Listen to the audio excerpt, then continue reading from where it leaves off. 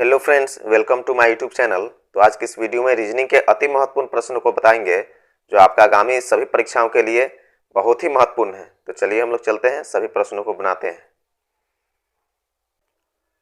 प्रश्न संख्या 1, दिए गए विकल्पों में से संबंधित संख्या को चुनिए। यहाँ प्रश्न में क्या क्या संख्या दिए हुए हैं? 82 दिए हुए हैं, फिर 64 दिए हुए हैं, फिर यहाँ 92 दिए हुए हैं, फिर यहाँ प्रश्नवाचक चिन्ह दिए हुए हैं। मतलब प्रश्नवाचक चिन्ह का स्थान पर ही आंसर लाना है। तो चलिए हम लोग इस प्रश्नों को बनाते हैं। प्रश्न के अनुसार जो है 82 का संबंध 64 से है, तो 92 का संबंध चारों ऑप्शन में किससे होगा? यहाँ सबसे पहले क्या संख्या दिए हुए है? यहाँ 82 दिए हुए हैं। इस 82 में देखिए किस प्रकार से इसको बनाए हुए है जी। इस 2 को क्या किए हुए जी, इस 8 में पावर कर दिए हुए, मतलब 8 का स्क्वायर कर दिए हुए है। तो कितना हो जाएगा जी? 8 का जब स्क्वायर करेंगे तो 8 गुने 8 हो जाएगा, तो 8 8 64 हो जाएगा। इस प्रकार से जो है यहाँ 64 लाए हुए हैं। इसी प्रकार से इस 92 में जो है, 92 में क्या कर दिए हुए जी, इस 2 को जो है क्या कर दिए हुए, 9 का पावर कर दिए हुए हैं। 9 का अगर स्क्वायर कर दे रहे हैं तो 9 इंटू 9 कितना हो जाएगा जी? 9 9 81 हो जाएगा। मतलब जो प्रश्नवाचक चिन्ह के स्थान पर कितना आएगा? प्रश्नवाचक चिन्ह के स्थान पर 81 आएगा। यही 81 जो है इसका आंसर है। तो चलिए हम लोग ऑप्शन में देखते हैं किस ऑप्शन में 81 दिए हुए हैं। तो ऑप्शन ए में 81 दिए हुए, तो इसका राइट आंसर ऑप्शन ए हो जाएगा। तो इस वीडियो में जो भी हम प्रश्न डाले हुए हैं सभी प्रश्न जो है परीक्षाओं से रिलेटेड प्रश्न है। कोई भी प्रश्न आउट ऑफ प्रश्न नहीं डाले हुए हैं। तो आप लोग एक भी प्रश्नों को मिस नहीं कीजिएगा, सभी प्रश्नों को जरूर देखिएगा। तो चलिए हम लोग अगले प्रश्नों को बनाते हैं। प्रश्न संख्या 2, बी का भाई ए है, सी की पुत्री बी है और ए के पिता डी है, तो सी डी से किस प्रकार संबंधित है? यह भी प्रश्न जो है अति महत्वपूर्ण प्रश्न है, क्योंकि इस प्रकार के प्रश्न परीक्षाओं में बार बार पूछे जाते हैं।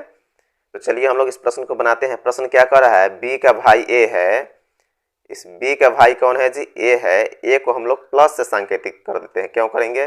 क्योंकि यहाँ जेंडर क्लियर हो गया है, इसलिए हम लोग मेल को प्लस से सांकेतिक कर देंगे और फीमेल को माइनस से सांकेतिक कर देंगे। इस तरह से जेंडर भी पता चल जाएगा। तो चलिए हम लोग आगे फिर प्रश्न को देखते हैं। सी की पुत्री बी है। ये बी जो है किसका पुत्री है? सी की पुत्री है। तो बी को हम लोग माइनस से सांकेतिक कर देंगे। क्योंकि ये है, क्योंकि यहाँ भी जेंडर क्लियर हो गया, यहाँ पुत्री है। बी क्या है जी? सी का पुत्री है। अब आगे प्रश्न देखिए। और ए के पिता डी है, और ए के पिता कौन है जी? डी है। इस ए के पिता कौन है जी? डी है। तो इसको हम लोग प्लस से सांकेतिक कर देते हैं डी को, क्योंकि ये पिता है। यहाँ भी जेंडर क्लियर हो गया। अब प्रश्न में आगे देखिए क्या कर रहा है। तो सी डी से किस प्रकार संबंधित है? अब प्रश्न को इसको गौर से देखिए। यहाँ जो है दोनों जो है भाई बहन है, ये दोनों भाई बहन है।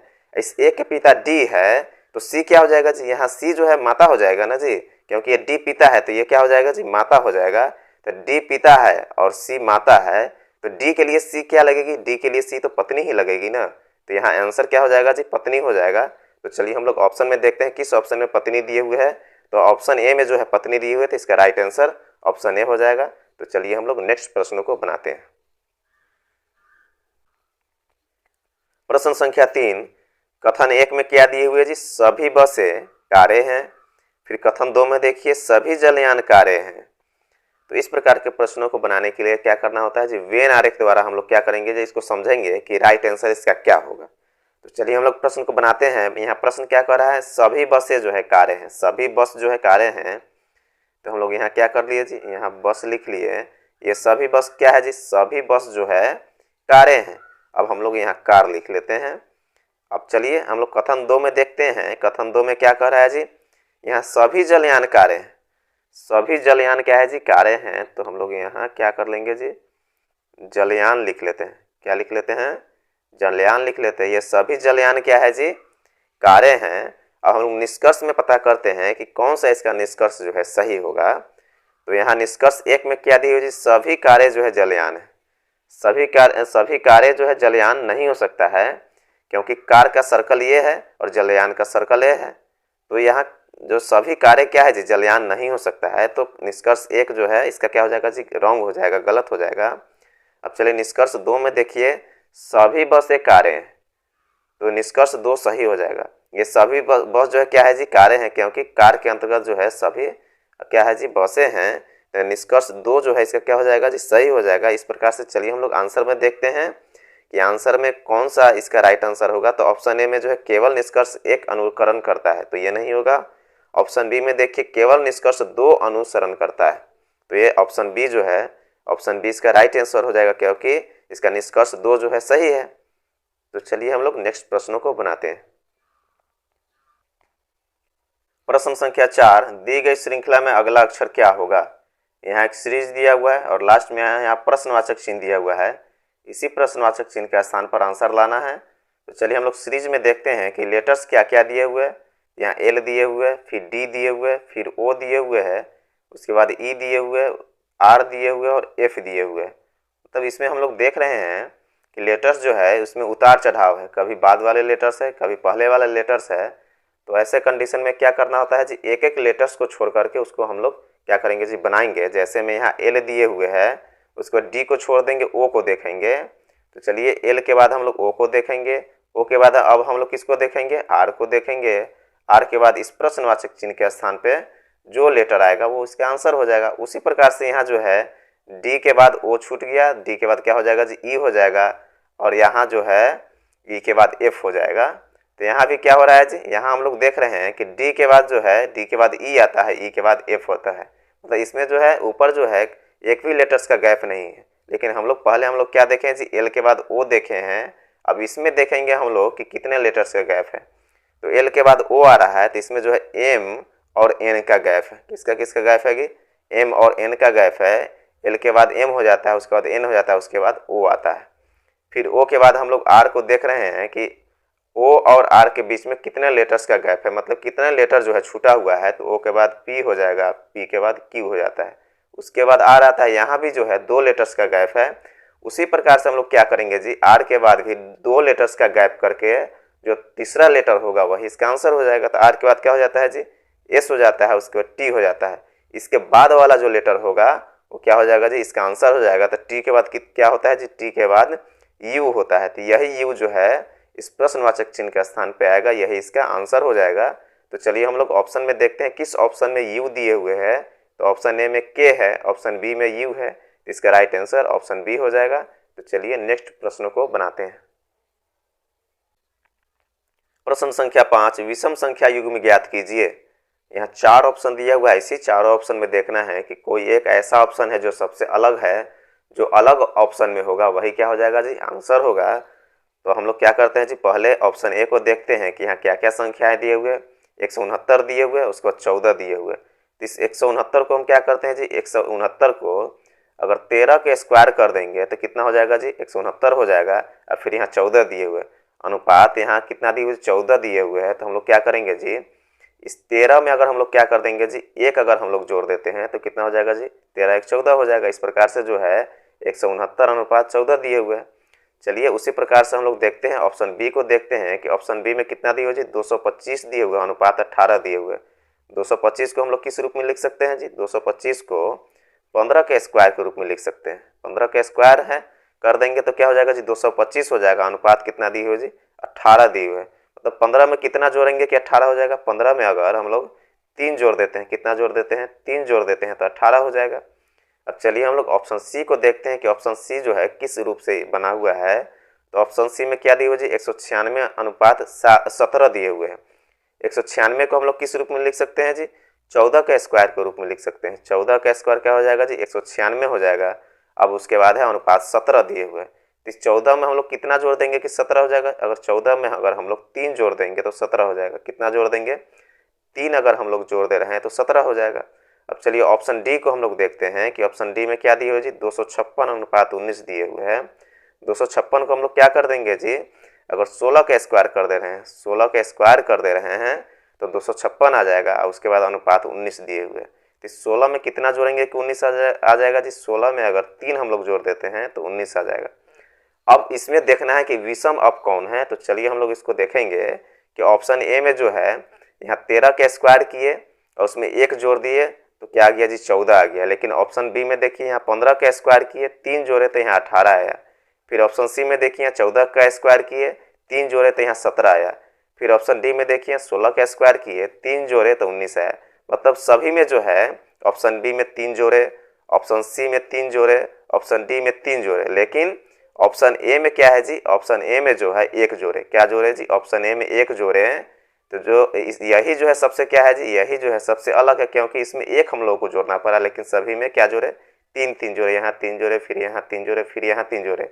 लेकिन ऑप्शन ए में क्या जोड़ना पड़ा जी, ऑप्शन ए में जो है एक जोड़ना पड़ा, इसलिए जो है इसका ओड क्या है जी, विषम क्या है, ऑप्शन ए हो जाएगा। तो इसका राइट आंसर ऑप्शन ए हो जाएगा। तो चलिए हम लोग नेक्स्ट प्रश्नों को बनाते हैं।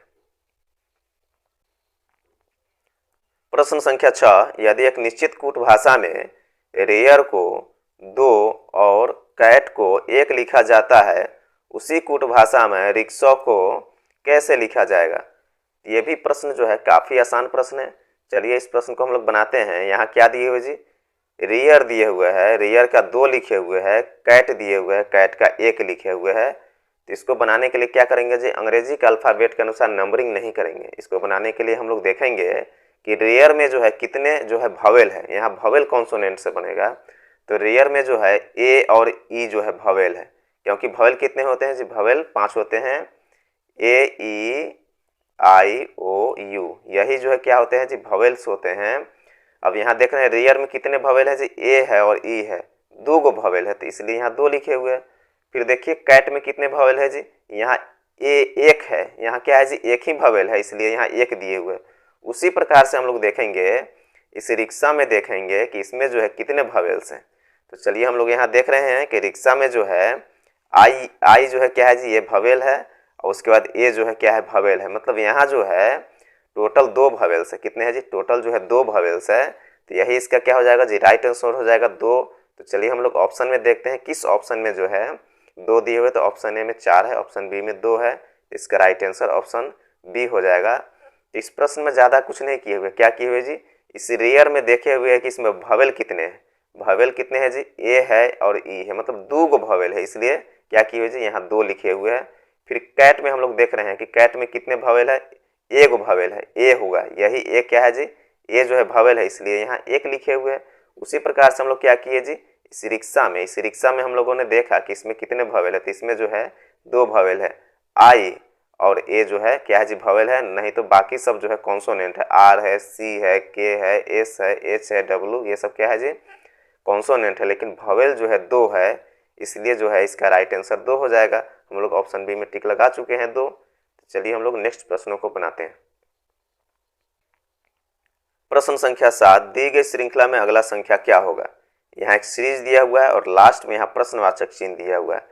इसी प्रश्नवाचक चिन्ह के स्थान पर आंसर हम लोग को ज्ञात करना है।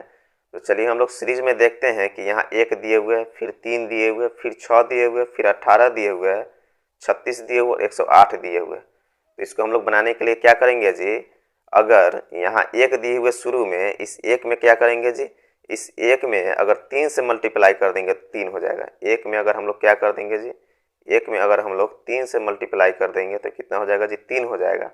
अब देखिए 3 के बाद यहाँ 6 दिए हुए, 3 के बाद क्या दिए हुए जी, 3 के बाद यहाँ 6 दिए हुए हैं।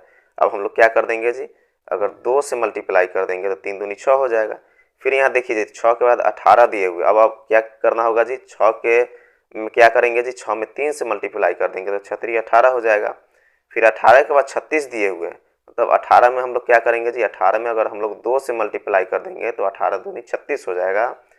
फिर 36 के बाद क्या किए हुए जी, यहाँ 108 दिए हुए हैं, तो हम लोग क्या करेंगे जी, इस 36 में अगर 3 से हम लोग मल्टीप्लाई कर देंगे तो कितना आ जाएगा जी, 108 आ जाएगा। तो हम लोग यहाँ देख रहे हैं कि पहले हम लोग क्या किए जी, पहले 3 से मल्टीप्लाई किए, 1 में 3 से मल्टीप्लाई किए तो 3 आ गया। फिर 3 में क्या किए जी, 2 से मल्टीप्लाई किए तो 6 आ गया। मतलब पहले 3 से मल्टीप्लाई किए, फिर 2 से मल्टीप्लाई किए, फिर 3 से मल्टीप्लाई किए, फिर 2 से मल्टीप्लाई किए, फिर 3 से मल्टीप्लाई किए। तो अब कितना से मल्टीप्लाई करना होगा जी, अब जो है 2 से मल्टीप्लाई करना होगा। अगर 108 में अगर हम लोग 2 से मल्टीप्लाई कर देंगे तो कितना आ जाएगा जी, 216 हो जाएगा। यही प्रश्नवाचक चिन्ह के स्थान पर आएगा, यही इसका राइट आंसर होगा। तो चलिए हम लोग ऑप्शन में देखते हैं किस ऑप्शन में जो है 216 दिए हुए हैं। तो ऑप्शन डी में जो है इसका 216 दिए हुए हैं, तो इसका राइट आंसर ऑप्शन डी हो जाएगा। तो इस प्रश्न में ज़्यादा कुछ नहीं किए हुए, क्या किए हुए जी, यहाँ देख लीजिए, यहाँ 1 में क्या किया, 3 से मल्टीप्लाई कर दिया तो 3 आ गया। फिर 3 में 2 से मल्टीप्लाई कर दिया तो 6 आ गया। फिर 6 में 3 से मल्टीप्लाई कर दिया तो 18 आ गया। 18 में 2 से मल्टीप्लाई किया तो 36 आ गया। फिर 36 में 3 से मल्टीप्लाई कर दिया तो क्या गया जी, 108 आ गया। 108 में 2 से मल्टीप्लाई कर दिए तो 216 आ गया। मतलब पहले 3 से मल्टीप्लाई किया फिर 2 से मल्टीप्लाई किया, फिर 3 से मल्टीप्लाई किया, उसके बाद 2 से मल्टीप्लाई किया, फिर 3 से मल्टीप्लाई किया, तो लास्ट में कितना से मल्टीप्लाई करना होगा जी? 2 से मल्टीप्लाई करना होगा। यही 2 से मल्टीप्लाई जब हम लोग किए हैं तो इसका राइट आंसर आ गया है 216। तो चलिए हम लोग नेक्स्ट प्रश्नों को बनाते हैं। प्रश्न संख्या 8, कौन सा संख्या स्थल भारतीय अध्यापकों को दर्शाता है जो वकील भी है? तो यहाँ फिगर दिया हुआ है, भारतीय का अलग सर्कल बनाया हुआ है, वकील का अलग सर्कल बनाया हुआ है और अध्यापक का अलग सर्कल बनाया हुआ है। अब इस सर्कल में देखना है कि कौन सा ऐसा संख्या है जो तीनों में आ जाएगा। जो तीनों में जो संख्या आएगा वही इसका राइट आंसर हो जाएगा। तो इसमें तीनों सर्कल में जो है ये तीन जो है तीनों सर्कल में आ जाएगा। मतलब भारतीय में भी आ जाएगा, वकील में भी आ जाएगा और अध्यापक में भी आ जाएगा। तो यही तीन जो है क्या हो जाएगा जी? इसका राइट आंसर हो जाएगा। तो चलिए हम लोग देखते हैं किस ऑप्शन में 3 दिए हुए। तो ऑप्शन डी में जो है 3 दिए हुए, तो इसका राइट आंसर ऑप्शन डी हो जाएगा। तो इस प्रश्न को कैसे बनाए हुए देखिए, यहाँ जो है यहाँ 3 कैसे तीनों में आ गया जी? यहाँ भारतीय में भी जो है 3 आ गया, फिर वकील में भी जो है 3 आ गया और अध्यापक में भी जो है क्या आ गया जी? 3 आ गया। इस प्रकार से ये 3 जो है इसका क्या हो गया जी? राइट आंसर हो गया। तो चलिए हम लोग नेक्स्ट प्रश्नों को बनाते हैं। प्रश्न संख्या 9, निम्नलिखित संख्या श्रृंखला में लुप्त संख्या की पहचान करें। प्रश्न के अनुसार क्या कर रहा है जी? प्रश्न लुप्त संख्या की पहचान करना है, मिसिंग नंबर की पहचान करना है। तो मिसिंग नंबर कहाँ पे है जी? इस प्रश्नवाचक चिन्ह के स्थान पे मिसिंग नंबर है, यहीं पे जो है आंसर ज्ञात करना है। तो चलिए हम लोग पहले संख्या को देख लेते हैं कि संख्या इसमें क्या क्या दिए हुए। 17 दिए हुए हैं, फिर 8 दिए हुए हैं, फिर 22 दिए हुए हैं, फिर 4 दिए हुए हैं, उसके बाद 29 दिए हुए, फिर 11 दिए हुए हैं और उसके बाद 59 दिए हुए हैं। तो चलिए इसको बनाने के लिए हम लोग क्या करेंगे जी? बहुत ही आसान प्रश्न है। हम लोग यहाँ देख रहे हैं कि यहाँ क्या किए हुए जी? 17 दिए हुए और उसके बाद 8 दिए हुए, मतलब 1 और 7 को आपस में जोड़ दिए। 1 और 7 को जोड़ दिया तो कितना आ गया जी? 8 हो गया। इस प्रकार से यहाँ 8 दिए हुए हैं। अब यहाँ देखिए 2 और 2 को आपस में जोड़ देंगे तो क्या हो जाएगा जी? 2 और 2 को आपस में जोड़ देंगे तो 4 आ जाएगा। फिर उसी प्रकार से 2 और 9 को आपस में क्या कर देंगे जी? जोड़ देंगे तो 9 2 11 हो गया। देखिए यहाँ 11 दिए हुए हैं।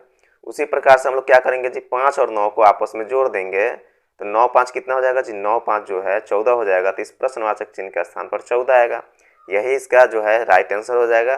तो चलिए हम लोग ऑप्शन में देखते हैं किस ऑप्शन में जो है 14 दिए हुए हैं। तो ऑप्शन ए में नहीं है, ऑप्शन बी में भी नहीं है, ऑप्शन सी में भी नहीं, ऑप्शन डी में 14 दिए हुए हैं। तो इसका राइट आंसर ऑप्शन डी हो जाएगा। तो इस प्रश्न में ज़्यादा कुछ नहीं किए हुए, क्या किए हुए जी? 1 और 7 को आपस में जोड़ दिए हुए, तो 7 1 कितना हो जाएगा जी? 8 हो जाएगा। इस प्रकार से यहाँ प्रश्न में 8 दिए हुए हैं। उसी प्रकार से क्या किया जी? 2 और 2 को आपस में जोड़ दिया, तो 2 और 2 कितना हो जाएगा जी? 4 हो जाएगा। फिर उसी प्रकार से 2 और 9 को जोड़ दिया तो 9 2 क्या हो गया जी? 11 हो गया। तो आगे देखिए यहाँ 11 दिए हुए। उसी प्रकार से 5 और 9 को जोड़ दिया तो 9 5 कितना होता है? 14 होता है। इस प्रकार से इस प्रश्नवाचक चिन्ह के स्थान पर 14 आ गया, यही 14 जो है इसका क्या हो गया जी? आंसर हो गया। तो चलिए हम लोग नेक्स्ट प्रश्नों को बनाते हैं। प्रश्न संख्या 10, नीचे घन की 3 अवस्थाएं दर्शाई गई है, अंक 4 के विपरीत फलक पर कौन सा अंक आएगा? यहाँ 3 घन दिया हुआ है, इसी तीनों घन में देखना है कि 4 के विपरीत जो है कौन सा अंक आएगा। तो चलिए हम लोग घन में देखते हैं कि 4 कहाँ कहाँ दिए हुए हैं। तो फर्स्ट वाले घन में, प्रथम घन में 4 यहाँ दिए हुए हैं, सेकंड घन में जो है 4 यहाँ दिए हुए हैं। तो अब चलिए हम लोग देखते हैं कि फर्स्ट घन में क्या क्या संख्या छूटा हुआ है। 3 और 6 क्या हुआ है? छूटा हुआ है।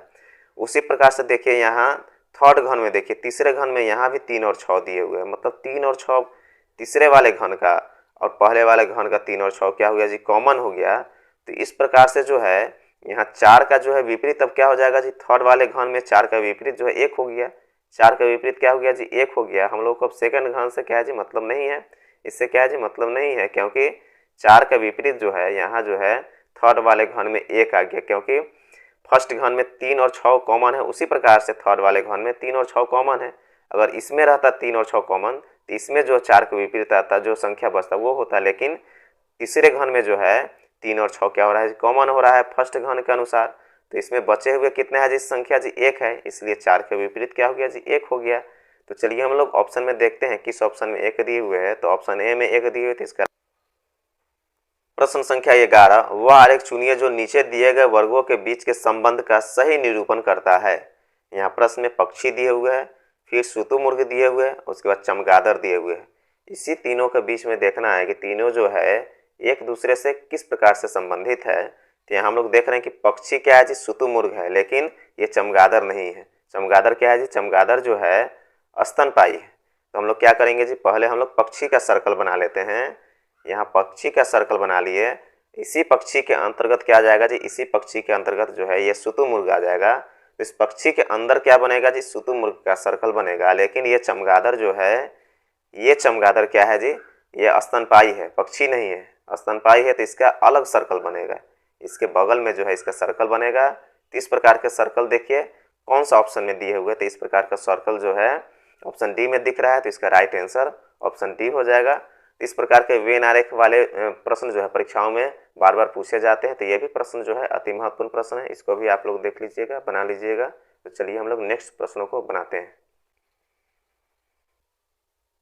प्रश्न संख्या 12, यदि ए बी के दक्षिण में तथा सी बी के पूरब में और डी सी के दक्षिण में बराबर दूरी पर है, तो बी के दक्षिण पूर्व में कौन सा है। मतलब बी के दक्षिण पूर्व में जो लेटर आएगा वही इसका क्या हो जाएगा जी, आंसर हो जाएगा। तो इस प्रश्न को बनाने के लिए सबसे पहले हम लोग क्या करेंगे जी, एक डायरेक्शन बना लेंगे, क्योंकि इसमें दिशा का ज्ञात होना जरूरी है, तभी ये प्रश्न जो है हल होगा। तो चलिए हम लोग यहाँ क्या कर लिए जी, एक डायरेक्शन बना लिए। ऊपर क्या हो जाता है जी, ऊपर उत्तर हो जाता है, नीचे दक्षिण हो जाता है, और दाहिने तरफ पूर्व हो जाता है, और बाएं तरफ पश्चिम हो जाता है। हम लोग अब यहाँ क्या कर लिए जी, डायरेक्शन बना लिए। इसी डायरेक्शन की मदद से हम लोग क्या करेंगे जी, इस प्रश्न को बनाएंगे। प्रश्न में क्या कह रहा है, यदि ए बी के दक्षिण में तो नीचे होगा, इस बी के दक्षिण में क्या है जी, बी के दक्षिण में ए आ जाएगा, नीचे आ जाएगा। अब आगे प्रश्न को देखते हैं, तथा सी बी के पूरब में है। बी के पूरब, तो पूरब इधर होगा, तो बी के पूरब में क्या है जी, सी है, तो यहाँ हम लोग सी लिख दिए। और आगे फिर प्रश्न में देखिए, और डी सी के दक्षिण में है, सी के दक्षिण में बराबर दूरी पर है। सी के दक्षिण में बराबर दूरी पर कौन आ जाएगा जी, डी आ जाएगा। दक्षिण नीचे होगा, इसलिए हम लोग नीचे की तरफ एक चिन्ह खींच के यहाँ डी लिख दिए। अब प्रश्न आगे क्या कर रहा है, प्रश्न को देखिए। तो बी के दक्षिण पूर्व में कौन सा है, बी के दक्षिण पूर्व कौन सा दिशा है जी, यहाँ डायरेक्शन में देख लीजिए। दक्षिण पूर्व जो है, इस दिशा को दक्षिण पूर्व कहते हैं। इस बीच वाले दिशा को क्या कहेंगे जी, दक्षिण पूर्व कहेंगे। तो यहाँ हम लोग अगर डायरेक्शन बना लेते हैं, यहाँ उत्तर लिख देंगे, नीचे दक्षिण लिख देंगे, यहाँ फिर पूरब हो जाएगा, इधर पश्चिम हो जाएगा, इधर क्या हो जाएगा जी, पूरब हो जाएगा। अब देखिए जी, यहाँ प्रश्न क्या कर रहा है, दक्षिण पूर्व तो यही दिशा हो गया ना जी, दक्षिण पूर्व इस दिशा को कहते हैं। तो इसके बीच में कौन सा लेटर आया जी, दक्षिण पूर्व में जो है डी आ रहा है, यही डी जो है इसका क्या हो जाएगा जी, आंसर हो जाएगा। तो चलिए हम लोग ऑप्शन में देखते हैं किस ऑप्शन में डी दिए हुए हैं। तो ऑप्शन डी में यहाँ क्या दिए हुए, डी दिए हुए, तो इसका राइट आंसर ऑप्शन डी हो जाएगा। तो इस वीडियो में जो भी हम प्रश्न डालेंगे सभी प्रश्न जो है परीक्षाओं से रिलेटेड प्रश्न है, सभी प्रश्न परीक्षाओं से संबंधित प्रश्न है, कोई भी प्रश्न आउट ऑफ प्रश्न हम नहीं डाले हुए हैं। अगर आप लोग को ये वीडियो पसंद आया तो एक लाइक और सब्सक्राइब जरूर कर दें।